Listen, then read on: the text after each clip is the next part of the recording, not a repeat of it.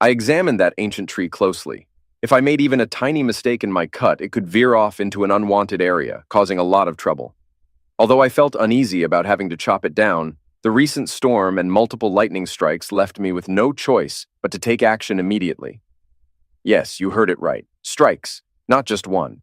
Anyone who claims that lightning never strikes the same place twice clearly doesn't know much about lightning.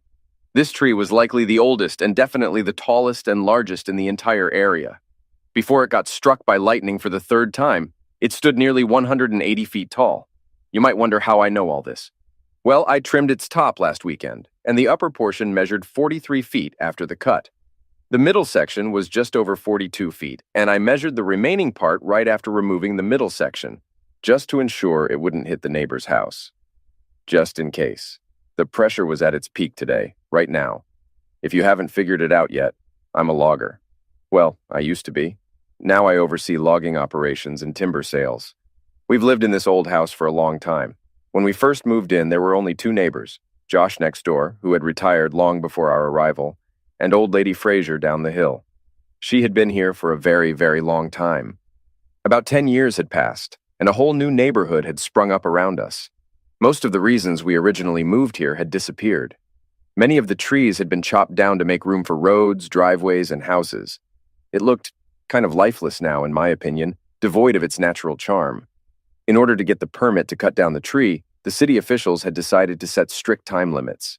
They restricted how long any part of the tree could remain standing and gave a short window for cleanup after each part was felled. Once I cut down the last part of the tree, I'd only have about 3 days to chop it into firewood and clear it away, as we had planned. The remaining part of the tree stood at about 80 feet tall, with a trunk base roughly 10 feet in diameter. At the top end, it measured just under 6 feet in diameter, so I knew I had my work cut out for me. Turning it all into firewood was going to be quite a task, requiring long days of work. The whole ordeal of cutting down this tree became somewhat of a spectacle when some tree huggers tried to stop anyone from chopping it down. They argued that the tree could still survive and, with proper care, could live for another 200 years. The matter went to court, and the judge ruled that the tree was indeed dead. Foresters from an independent party examined the tree and the lightning strikes, confirming that the sap had dried up, making the tree dead. Although the branches hadn't caught on yet, they would by fall. Josh, old lady Fraser, and the judge were all benefiting from this, as I was providing them with firewood. We had already filled Josh's woodshed with the top and middle sections, and today's cut would completely fill the Fraser's shed, with probably enough left over for a couple more cords to stack outside both of their sheds, too. I was checking out the whole project and making my decisions on where to cut, when Josh came over with his camcorder. Well, it's technically a camcorder, but I still call them movie cameras. Old habits die hard. Hey there, neighbor. Mind if I record what's going on? Nope. Actually, I'd like a copy of it when we're finished, if that's all right. Sure thing. Want me to film your whole place while I'm at it? Do you think you can capture everything as the tree falls and all? No problem. It'll be my pleasure to help you out, buddy. You've been a really good neighbor all these years. I'll miss you when you move on. Josh always thought ahead in years when talking about things. He had a habit of looking far into the future. Some people didn't catch on to that about him, and they'd give him some strange looks. He seemed to view hours, days, weeks, and months as if they were seconds sometimes. We won't be moving anytime soon, Josh. We've discussed that plenty. Yeah, we sure have. It's a shame. A real shame. He glanced over at the front yard. We were standing near his front deck since I had gone over there during my inspections of the drop zone. Yeah, not too much, though, I replied. Things are born, they grow up, and then they die. It's the cycle of life. Some things seem to die a bit earlier than they should, though. Yeah, sometimes nature does its thing, regardless of what anyone thinks. That's for sure. Old lady Fraser, the judge, and I are really lucking out. Our 2 woodsheds are going to be packed full. With the wood from this tree and that old yellow cedar you cut down for me, I'll have enough for several years' worth of heating now. I really appreciate that. No problem. I had to do something with the wood. I won't be able to use it all myself, not right now anyway. So, you're all set then? Are you going through with it all the way? Yeah, pretty much. I figure the folks from City Hall will be surprised to see it down today instead of this weekend, though. Well, they're saying a storm is coming in on Friday. Can't risk leaving that tree up in a windstorm. You know, the news crew will be here any minute, right? Yeah, that's another reason why I decided to do it today. If we wait till the weekend, there'll be people protesting or just watching and drinking. I hope I don't disturb anyone while cutting it down, though. That would be a real shame. I've got too much to do and not enough time to do it all. Oh, I think you'll manage. So, do you still want me to call those folks right after you cut it down? Yeah, call the lawyer first and then Mary about 20 minutes later. All right. I hope you know what you're doing, Charlie. If things go as I suspect, Mary might have a head start on getting here. I've gone through this in my mind several times before, you know that. Well, not quite like how it's happening today, I'd say. A tree's a tree, Josh. He gave me a serious look, then smiled. He shook his head and walked away, heading into his house. He called over his shoulder as he reached the stairs to his deck. Give me about 10 minutes to set up the camera upstairs and then get it done. Will do, Josh. I walked over to my pickup truck and grabbed my Johnsard chainsaw with a 42-inch bar. It was a beast, and I hadn't used it in a long time.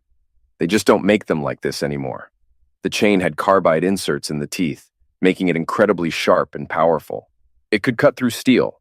That's what the carbide chain was designed for, to cut through spikes and other tough stuff buried in tree trunks. The engine had just been serviced, and I had personally sharpened the chain on my diamond wheel grinder the day before.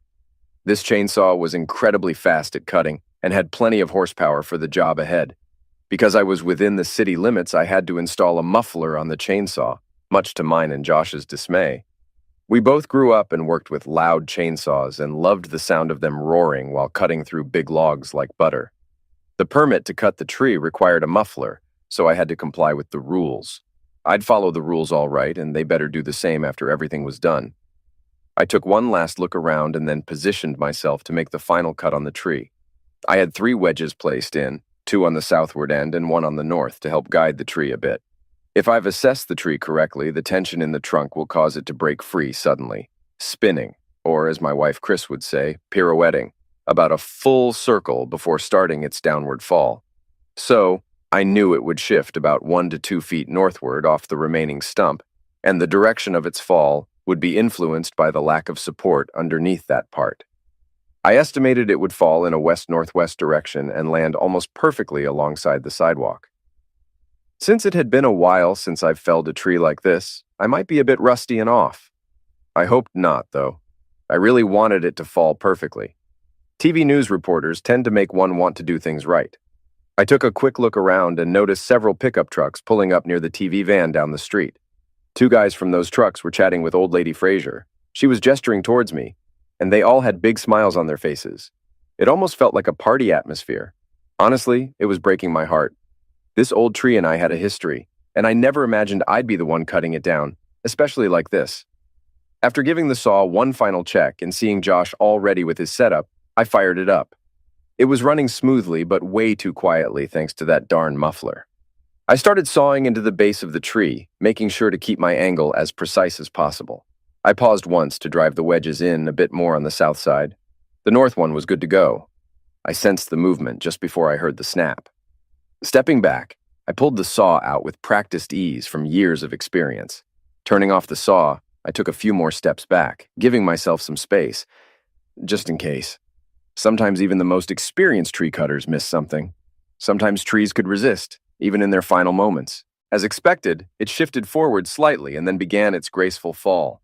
I watched as the top started to lean over, realizing I'd hit the mark perfectly. With a smile, I headed towards the front porch of the house. As I reached the top step, I heard the satisfying sound of wood and metal crunching. There was a brief screech, then silence. I didn't even glance back because I knew it had fallen just right. It wasn't as loud as I had anticipated. I was surprised. Looking over at Josh, who was still filming from his upper deck, I gave him the signal to make the calls. He waved his cell phone in the air and pointed to the news van. "Live on the scene," he exaggerated with his lips, almost as if he were a silent film star. I caught his cue and quietly mouthed back, "Live." The reporter was inching closer to our home, but the cameraman had positioned himself strategically by the van, ensuring he could capture the front, side, and back of our house. It looked like things were about to get really interesting here. I swung open our front door, still gripping the now quiet chainsaw, and stepped into the living room. My eyes immediately landed on the coffee table I'd spent 3 months crafting for Chris. It was cluttered with lingerie and underwear, a sight that felt like a punch to the gut. In the center of the table sat a wine bottle flanked by two glasses, carelessly placed without coasters. Another wave of irritation washed over me. Chris had never really appreciated the table, despite the hours of labor, sweat, and love I had poured into making it just for her. I set the chainsaw down and picked up the $240 backpack Chris insisted on buying when she started her new job, now just collecting dust in our closet. Unzipping it, I began stuffing the scattered underwear from the coffee table inside. Next, I grabbed a black dress and pantyhose, then moved to scoop up a man's shirt and socks from beneath the table. I found a pair of men's pants next, and I pulled out the wallet tucked inside. As I opened the wallet, I wondered why Chris always had to play her stereo so loud. In a way, I was fortunate because if the stereo hadn't been blaring, they might have heard the massive tree trunk as it crashed down on their vehicles. That tree had really done a number on them. Thankfully, I had managed to spread those 10 buckets of cat litter under the vehicles before I cut the tree, which seemed to have been a wise decision now. I took a moment to grab Chris's purse, rifling through it to find some keys and her wallet, which I promptly tossed into the backpack as well. My thoughts wandered to her new truck, which she absolutely adored. She'd customized it to mirror her best friend's truck closely. The key difference was hers ran on gasoline, while her friend's used diesel. Chris's truck was a shiny new four-door, four-wheel drive model decked out with custom wheels and a state-of-the-art stereo system. Reflecting on it, the truck parked in front of hers looked quite similar, though I remembered the one in front still had a lien from the lender. Pete, who used to be my best friend, still owed about $32,000 on that vehicle. Chris, on the other hand, had traded in her BMW for the pickup and, thanks to the trade-in value at that time, didn't owe anything on her new truck. Unfortunately, she had taken a friend's advice to only carry the state's minimum liability insurance, rather than the full coverage I had suggested. That decision was going to cost her now, considering her nice, fully paid-for truck was now nothing more than a flattened mess. That same friend had also switched his insurance from full coverage to just the minimum liability. Now, he was in a bind, owing a huge sum on a vehicle that was practically worthless. Interesting, I mused, as I picked up the saw and the backpack, pondering the twists of fate. As I approached our bedroom door, the music was blasting from inside, clear even through the closed door. Along with the tunes, I could hear grunting and groaning. When I tried the door, unsurprisingly, it was locked.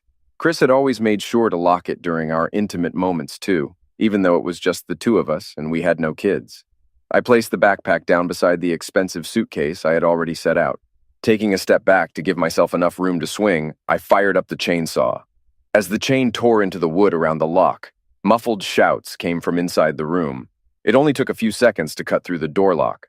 I pushed the door open and caught Pete standing there naked by the bed, his eyes wide with what looked like terror.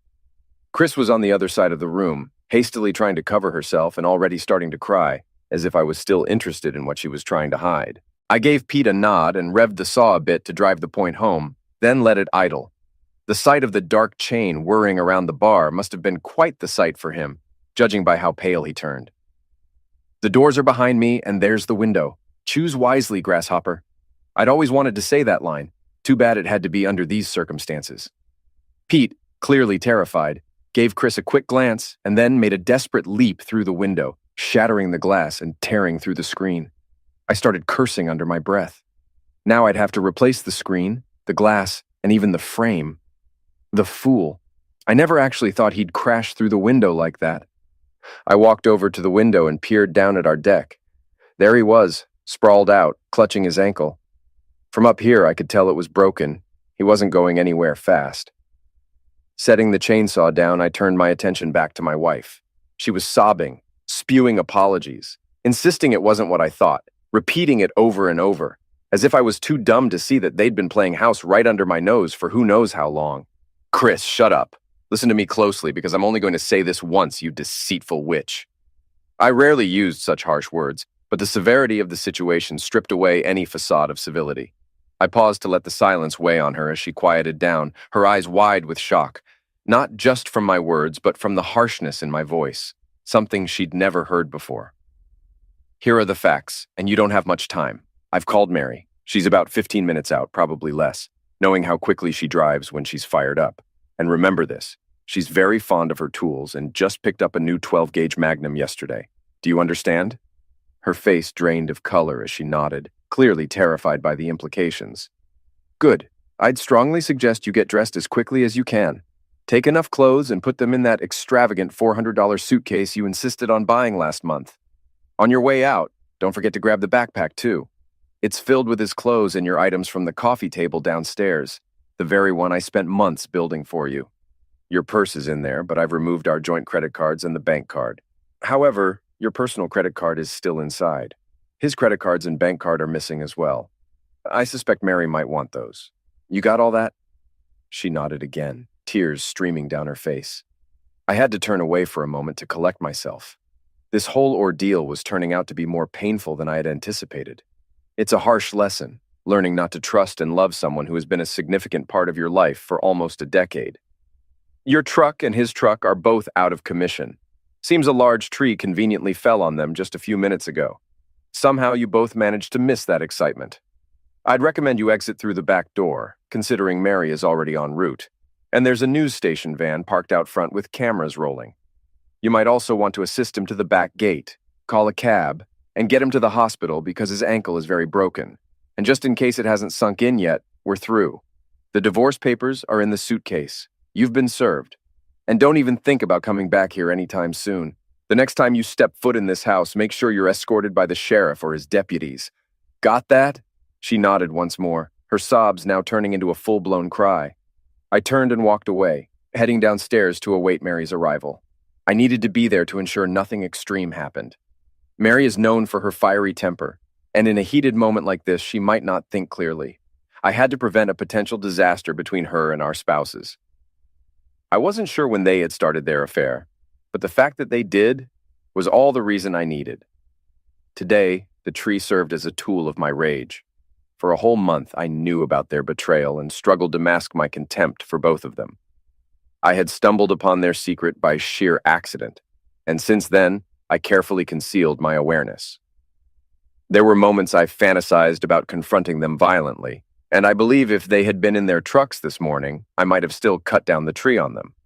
Fortunately, reason prevailed before I acted recklessly, and now my focus was on preventing Mary from making any rash decisions. As I stepped off the front porch, the crowd surged forward. The TV cameras were live, capturing the fallen tree, the flattened trucks, my house, and Josh. He stood proudly with his back against what used to be the driver's side door of Chris's truck, smiling and chatting up the reporter. He casually rested one foot against the crumpled metal, playing up for the cameras. Why, he's one of the kindest men you'll ever meet. Absolutely not the type to go off the rails. Did you know he looks out for us older folks? Always lending a hand where it's needed and never expects a thing in return. Truly a top-notch fellow, the neighbor enthused. Would you say he's unskilled with a chainsaw then, sir? The reporter threw a glance my way, trying to read my reaction. Josh burst into laughter. Listen, that man over there is possibly the best timber cutter in the whole country. He's a pro. Doesn't miss his mark, doesn't make errors. He places those trees exactly where he wants them, every single time. He's been the reigning champion feller at the state fair for over a decade. I've watched him accurately drop trees 180 feet tall right on the spot, against the wind on a slope.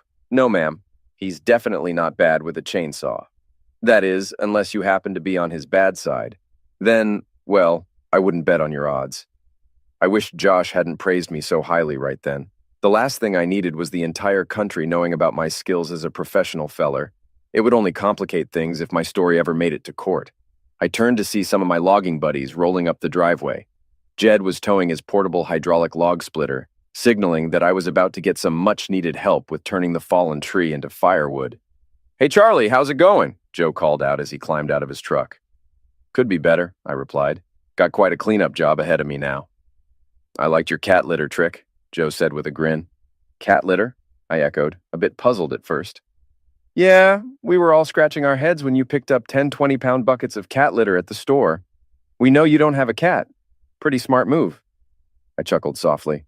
Well, let's keep that between us, okay?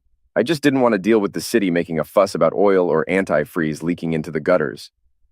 Man, remind me never to make you mad, Charlie. Another voice chimed in from behind Joe, half joking, but also a bit serious.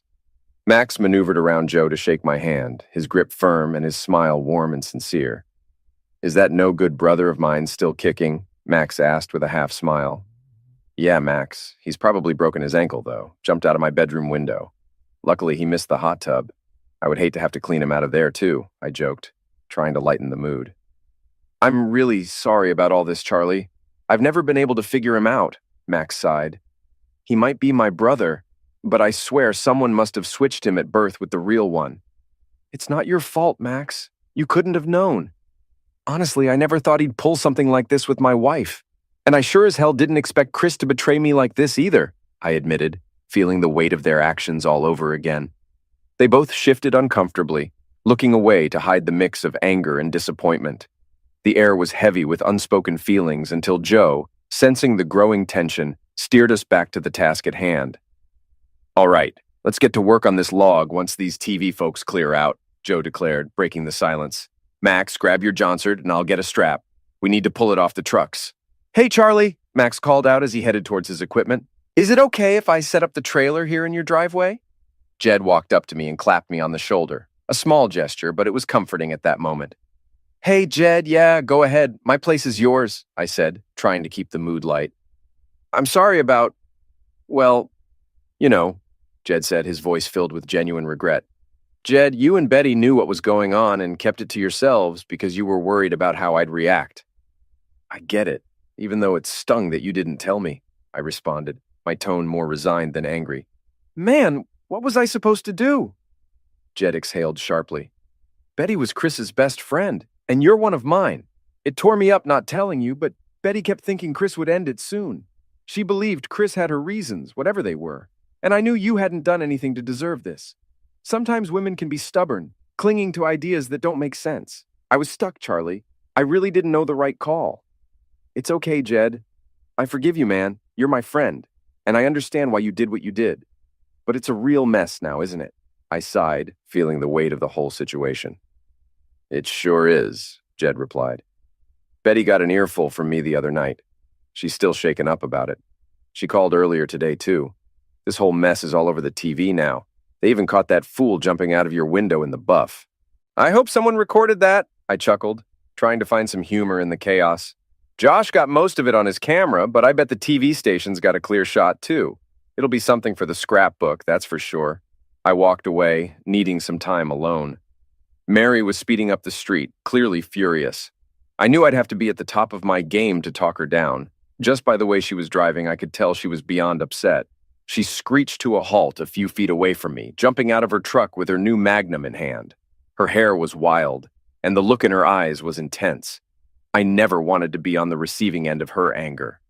I heard the distinct sound of a Magnum shell being loaded. Glancing to my left, I noticed the news reporter and cameraman stepping back with a hint of fear on their faces. Were they just afraid? Or were they actually hoping for some action? It made me think about reporters a bit. Mary, put it down, they're gone. He broke his ankle jumping out the bedroom window and Chris took him to the hospital. I wasn't entirely sure if Chris had really done that, but I hoped she had listened to me.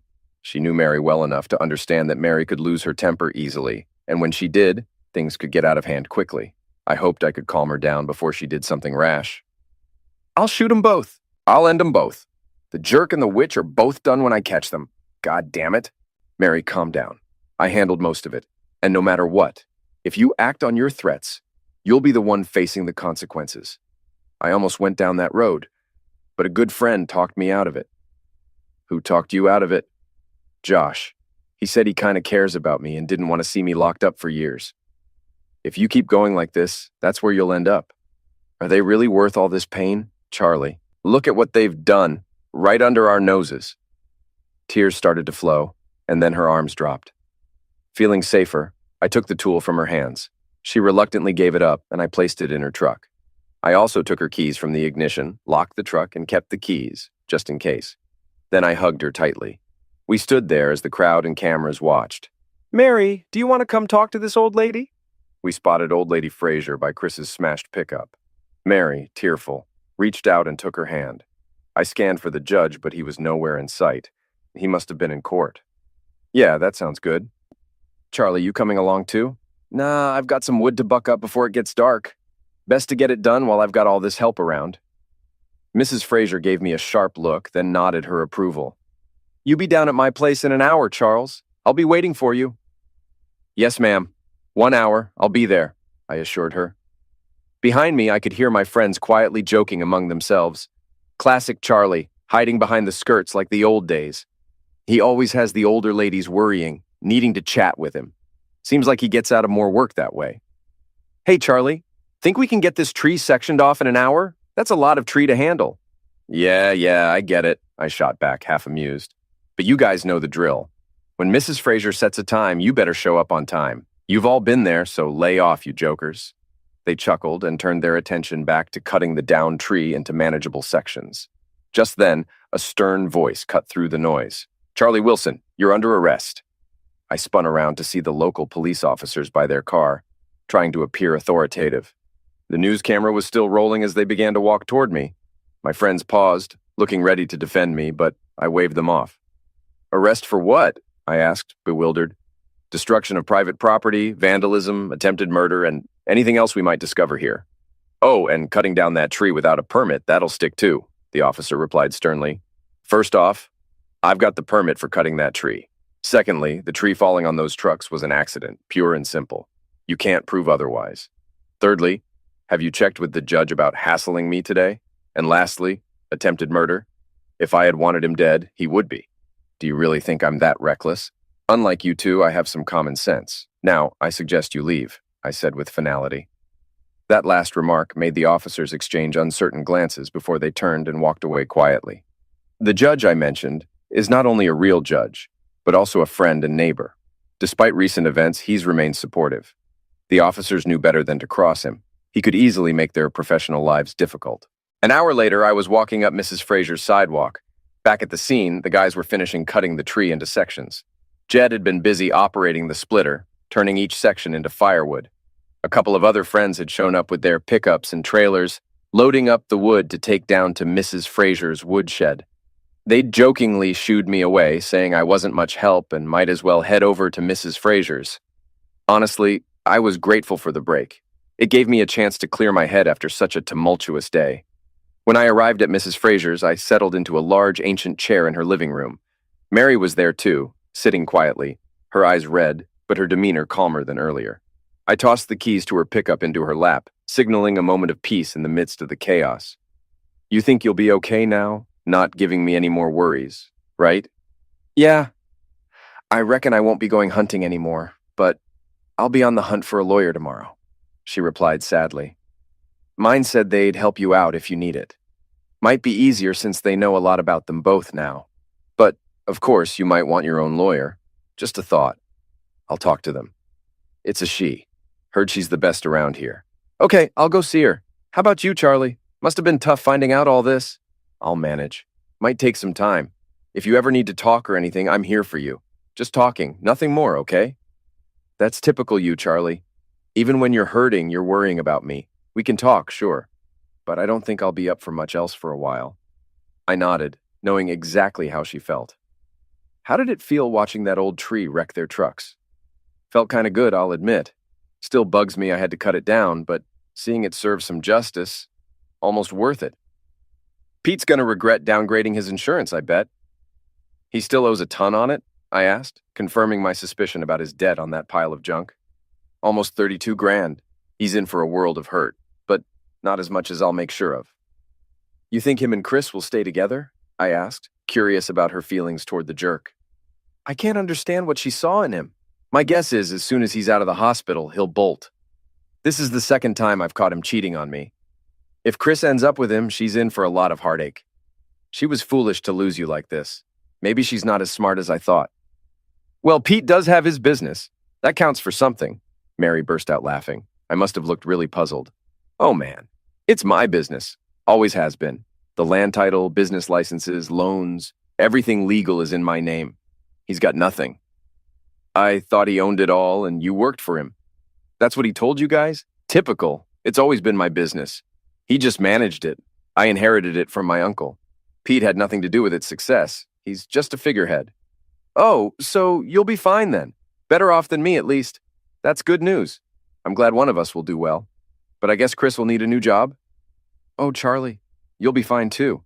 The whole city thinks highly of you. Trust me. Chris, though. I could sense my ex-wife's job prospects fading with those words. Mrs. Fraser came in with coffee cups. So, have you talked to the judge yet? Not yet, Mrs. Fraser. Maybe in a month or two. Excuse my language, Charles, but that's bullcrap.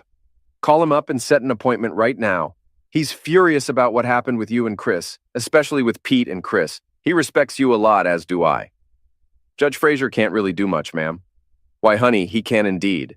You filed for divorce from Chris. The judge will likely oversee the case. He'll make sure you're treated fairly, given what you've been through. He told me himself. Ma'am, the judge doesn't owe me anything. You've done a lot for his family over the years, Charles. Giving us firewood is just one example. You've always looked out for me, even when my worthless grandson was mistreating you. That's different, Mrs. Fraser. It was never about that. Young man, Pete Fraser may have our name, but he's a no-good scoundrel. What he's caused here today will be remembered in our family for years to come, and not in a good way. You've always been a true friend to him, Max, and the rest of us. He should have known better than to mess with your wife. We all hoped you wouldn't harm him, even though he deserves it. That's what makes this so tough. We all care about you, even Pete, despite how foolish he's been. This is just heartbreaking. Thanks, Mrs. Fraser. It's been really tough. Tough? Tough? Son, you're a pro at making things sound milder than they are. By the way, why aren't you calling me Old Lady Fraser like usual? That's what you call me when I'm not around, right? I turned red. Mary looked surprised. What? You didn't think I knew that everyone calls me Old Lady Fraser? Charles, you should know by now that I'm not clueless. Yeah, you do, ma'am. I'm sorry. Don't you dare apologize, young man, she interrupted sharply. I actually take it as a compliment. When folks say Old Lady Fraser, everyone knows who they mean. I know you all respect me deep down, even if it sounds a bit cheeky. I kind of like it, to be honest. After all, I'm not getting any younger. Yes, ma'am. Now call the judge. He's waiting. He's got some words of wisdom for you. I've known him for 50 years, and he's always got good advice for those who listen. Yes, ma'am. Ever felt like you're in trouble back in school, caught doing something mischievous, like smoking in the boys' room or throwing spitballs? That's how Old Lady Fraser could make you feel with just a few words. She had a certain way about her. She always valued honesty, and if you were honest about your feelings, she'd respect you and your differing opinions. Her husband, the judge, was similar in that regard. They were respected members of the community, also being Pete and Max's grandparents. We're in quite a mess, aren't we? Are you kicking her out, Charles? Mrs. Fraser continued. Yeah, I served her with divorce papers a while ago. I think she took Pete to the hospital. I hope so, anyway. He broke his ankle. He's lucky if that's all he ended up with. We were worried you might break his neck or even shoot him. By the way, you did a great job dropping that tree. I've never seen better. Thanks. I bet you're already shaping the story as an accidental tree fall, right? Yeah. I wasn't sure if it was right to discuss this with Mrs. Fraser, or rather, Old Lady Fraser. The trunk had more tension than I expected. That's what made it spin like that. Keep that poker face and stick to your story as much as possible, young man. I've been around, I know you, and I know there's no one better at felling trees than you. That's what worries me. That's why the judge wants to talk to you. He has some crucial legal advice for you. I think he wants to keep you out of trouble. You know he holds you in high regard, Charles, and so do I. Thank you, ma'am. Oh, and nice move with the cat litter under those trucks. I appreciate that you took care to prevent oil and antifreeze from leaking into the drains. Blushing, I nodded while Mary stared at me with clear admiration. You planned all of that? Her question lingered as Old Lady Fraser looked at me and burst into laughter. Mary, I thought you knew. Charles here orchestrated it all every step of the way. Pete breaking his ankle during his wild jump out the bedroom window was probably just luck, but everything else was meticulously planned. Remind me to never get you mad at me, Charlie. It's not that big a deal, Mary. You could have dropped that tree on Pete while he was in his pickup. Why didn't you? Like I told you, they're not worth either of us ending up in jail for. They made their own mess, and now they have to deal with it. She really cared about that truck, Charlie. Yeah, Mary, she did. Seems like more than she cared about me. Mrs. Fraser came up behind me and rested her hand on my shoulder. I guess we all forget how much you had invested in her, Charles. I'm so sorry it turned out like this. It's okay, Mrs. Fraser. What did I just tell you? You can call me Old Lady Fraser. I like it. Okay, Old Lady Fraser. I blushed at the thought of addressing her with that name. I wish I hadn't heard it that way. I was fortunate she accepted it respectfully, despite how it sounded. I better head up there and help the guys. There's still a lot of wood to chop for firewood. Son, they're already done. Jed and Max unloaded the last trailer full in my woodshed a while ago. They're pretty quick when they want to be. They could probably use a couple of beers now, though. Maybe you should treat them at the tavern. Good idea, Mrs. Old Lady Fraser. I'll do that. Charles, no matter what happens, you're a good man.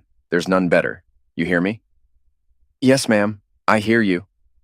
I hugged Mary and Old Lady Fraser before leaving. The cold beers were surprisingly refreshing, a small comfort given everything else that was going on. Around me, my buddies kept the atmosphere light with their steady stream of jokes, managing to pull a smile out of me despite the chaos. These guys were the real deal, true friends who showed up when things got tough. Max especially stood out. He cracked a joke about Pete, saying he must have been switched at birth because I felt more like a brother to him than Pete ever did. We'd grown up together, and I'd heard him say this many times, but it hit differently now, given everything. I spent the following 4 nights utterly alone in my big silent house. The quiet was deafening, a stark reminder of how quickly life had turned upside down. During one of those long evenings, a buddy of Josh came by. He mentioned that Chris had moved back in with her parents temporarily. They were upset about the current situation, understandably, but their loyalty to family was unshakable. It was tough to know she was just as entangled in this mess. One evening, the judge himself stopped by my house. His expression was serious, laced with concern. He wasn't just a distant figure from the courtroom. He genuinely cared about my well-being. He offered legal advice, firm but fair. He told me he didn't want to see me behind bars, especially over the incident with the tree, a mishap that had blown up way more than I expected. He'd taken some proactive steps to help, but he was clear that we needed to sync our stories to avoid any legal pitfalls. He made it clear that his advice wasn't about bending the truth or doing anything illegal. Instead, he coached me on how to articulate my side of the story, choose my words wisely, and handle the emotional roller coaster of my impending divorce. 2 months later, during a tense courtroom scene, Chris's lawyer was visibly shaken when the judge threw a curveball. Frustrated by the proceedings, the judge abruptly paused the divorce process. He needed a moment to collect his thoughts. When we reconvened, he delivered a verdict that not only surprised everyone, but also left Chris's attorney speechless and my own lawyer nodding in approval. The judge's decision was unexpected but just, restoring a semblance of balance to the chaos that had upended my life. I hereby grant the divorce under the original terms presented to this court, the judge declared firmly. Mr. Charles Masters' petition is granted with prejudice.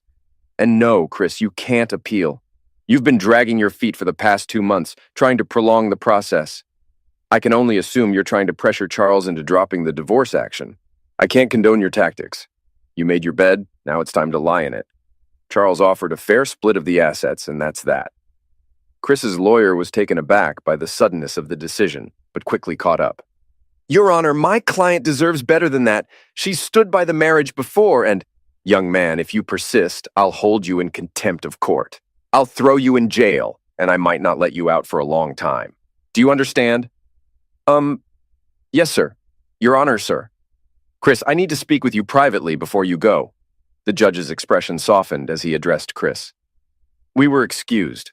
I wondered what the judge wanted to talk to Chris about, but all I wanted was to leave the courtroom and breathe some fresh air. Chris, I'm not sure what you're aiming for here. I understand you don't want the divorce, but can't you see how blatantly you rubbed your affair with Pete in Charles's face? Good Lord, girl, you even traded your nice car for a pickup just like his. What were you thinking? Chris stared at the floor, lost for words in front of the judge. She had tangled herself in an affair with this man's grandson, who also happened to be her husband's friend. She couldn't quite grasp how it all happened. All she knew was that a harmless attraction had spiraled into a dangerous mess. In the past months, she'd pondered, trying to understand why she betrayed her husband, but she had no answer except, because I could.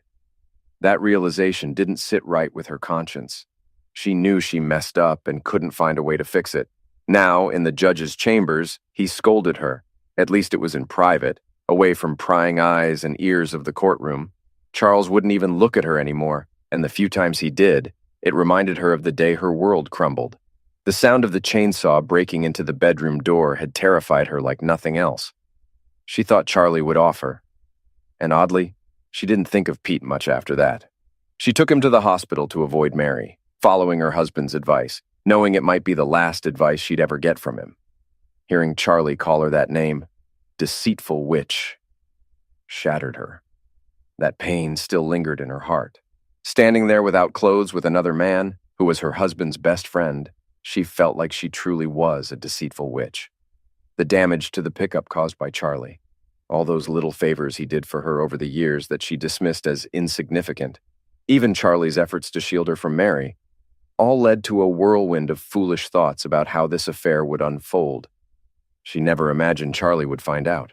In her worst nightmare, she thought if he did, they'd be hurt but eventually reconcile. But reality didn't match her expectations. She worried about finding a new job. Learning that Mary owned the business and Pete was just an employee shocked her. First, working with Pete in the same office was a problem because they violated workplace rules.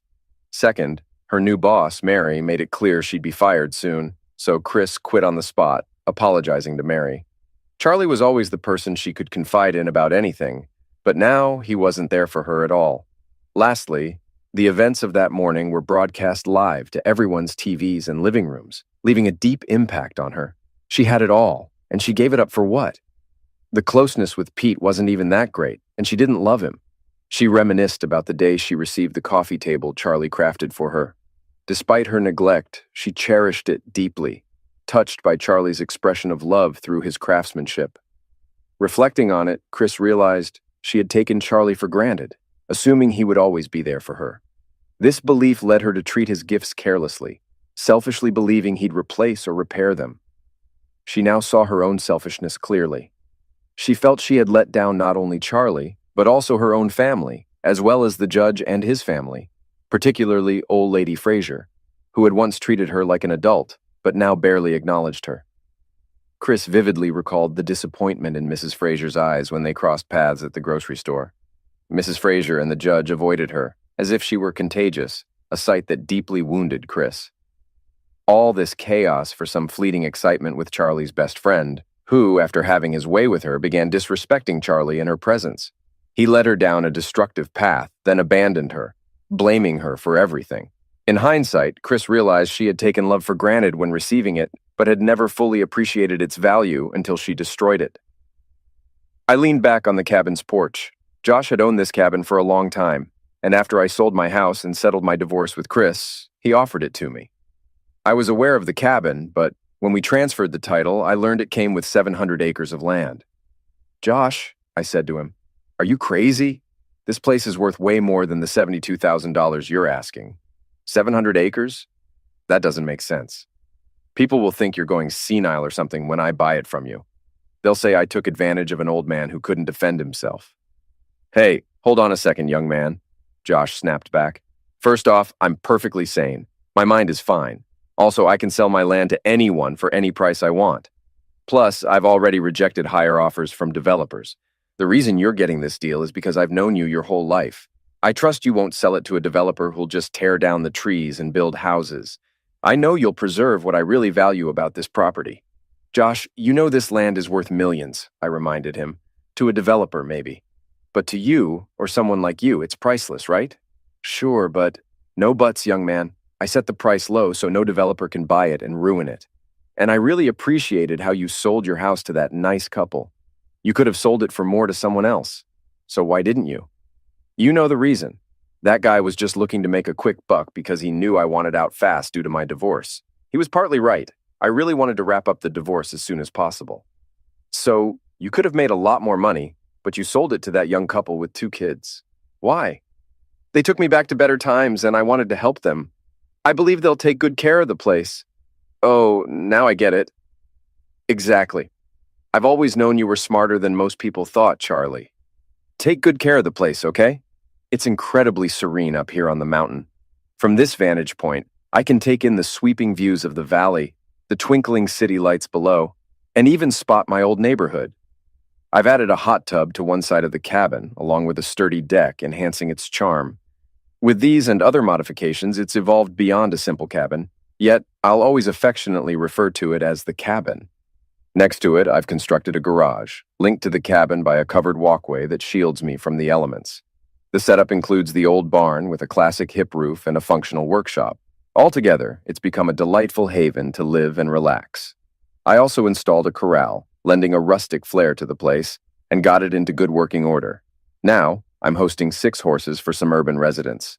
They enjoy 700 acres of private land ideal for riding, not to mention the expansive forest of the national park just beyond.